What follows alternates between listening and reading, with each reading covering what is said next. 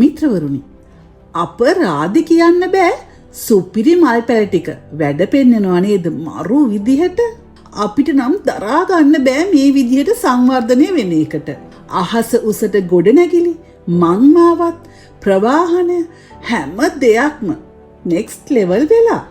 මාලිමාවේ සුපිරි වැඩෙක් එක්ක විපක්ෂයේ කෙනෙක්ව සසදලා බලන්න තමයි අපි මේ හදන්නේ. ඊට කලින් හැමදාම වගේ අපි ඕගොල්ලන්ට කියන්න කැමතියි අපගේ නාලිකාව සබ්ස්ක්‍රයිබ් කරන්න, බෙල් අයිකන් එක ක්ලික් කරන්න, ඒ වගේම අපගේ වීඩියෝස් ඔබගේ යහළුවන් අතර ෂෙයා කරගන්න කියලා. ලොකු පාසල් අධ්‍යාපනයක් ලබලා නැති කෝච්චියේ වඩේ වික්ක චාමර සම්පත් සහ මාලිමාවේ මහා ලොකු උගතා සුනිල් හඳුන්නෙති තමා අද අපේ මාතෘකාව. මිත්‍රවරුනි, චාමර සම්පත් යටතේ ලාභ ලැබූ ලංකා සීනි සමාගම උගත් බුද්ධිමත් ජයවර්ධනපුර විශ්වවිද්‍යාලයේ ව්‍යාපාර පරිපාලනවේදී විද්‍යාවේදී උපාධිහිමි ඇවිදින පුස්තකාලයක් වන සුනිල් හඳුන්නෙති යටතේ පාඩු පිට පාඩු ලබනවා. එහෙම වෙන්න පුළුවන්ද? අපි විස්තර ඇතුව බලමු. ලංකා සීනි සමාගම යටතේ ඇති සීනි කර්මාන්තශාලා මොනවාද?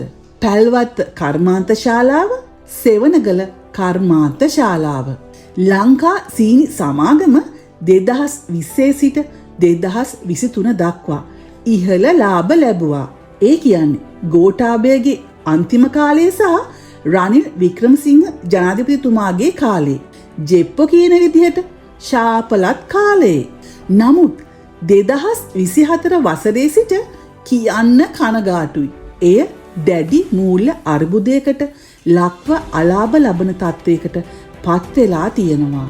ඒ තමා අනුර කුමාර දිසානායක යුගයේ උගත් දක්ෂ හඳුන්නෙති සහ චතුරංග අබේසිංහ යුගය. අපි දැන් ගණන් මිනි බලමු. ශ්‍රී ලංකා සීනි සමාගමේ 2020 ලාභය රුපියල් බිලියන 1.25යි.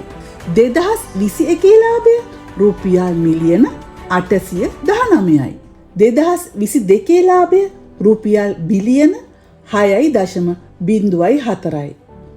2023 ලාභය රුපියල් බිලියන 2.8යි. 2024 අනුර කුමාරගේ ආණ්ඩුව කාලේ ලාභය කොපමණද? ලාභයක් නෙමෙයි මිත්‍රවරුනි, අලාභයක්. කියන්න ලැජ්ජයි. රුපියල් බිලියන 1.89යි. එතකට 2025 පළමු මාස 6 ඇතුළත අලාභය රුපියල් බිලියන 2.6ක්. දැන් පේනවනේ චාමර සම්පත් ඇමතිවරයා සහ සුනිල් හඳුන්නෙති අතර වෙනස.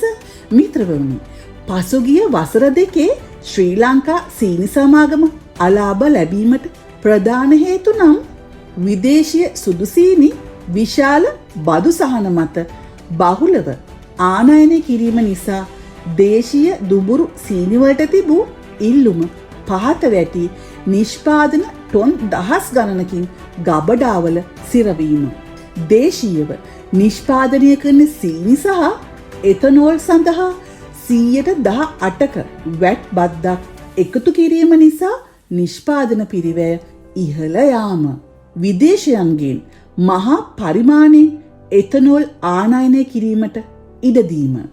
එදිනෙදා මෙහෙයුම් කටයුතු හා වැටුප් ගෙවීම සඳහා රුපියල් බිලියන ගණනකින් බැංකු අයිරා සහ වාණිජ ණය ලබා ගැනීමට සිදුවීම.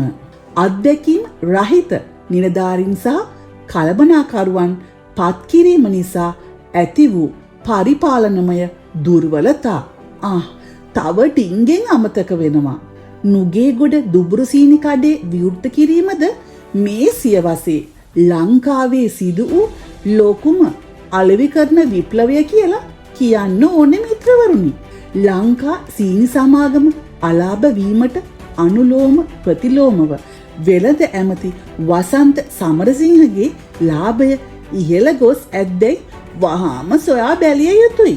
වසන්ත සමරසිංහ යනු මේ රටේ ආනයන දෙයියාය. ඔහුගේ අමාත්‍ය ධූරය වෙළඳ ඇමති ලෙස නොව ආනයන ඇමති ලෙස වෙනස් කළ යුතුයයි අප යෝජනා කරනවා. සහල් තියෙද්දි සහල් ආනයනය කරන බීලූණු සහ අල අස්වැන්න නෙලීමේදී බීලූණු සහ අල ආනයනය කරන ලුණු කැටේ පවා ආනයනය කරන වසන්ත සමරසිංහ යනු මේ වන විට ලංකාවේ ගොවියාගේ දෙවියාය.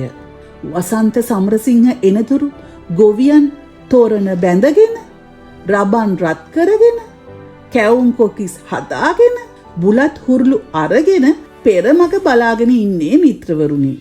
මේ විදිහට ලාභ ලැබූ ආයතනය අලාභ පිට අලාභ ලබද්දිත් තබුත්තේගම තනි සිග්නල් කනුව යට රන් බණ්ඩාගේ පුතාගේ කටේ සෞදම නම් අඩු වෙලා නෑ. තවඩින්ගෙන් ආයිත් අමතක වෙනවා. මේ හැම අලාභයක්ම මැද්ද පෙරදිග යුද්ධෙ හින්දානේ මිත්‍රවරුනි. පව් අනුර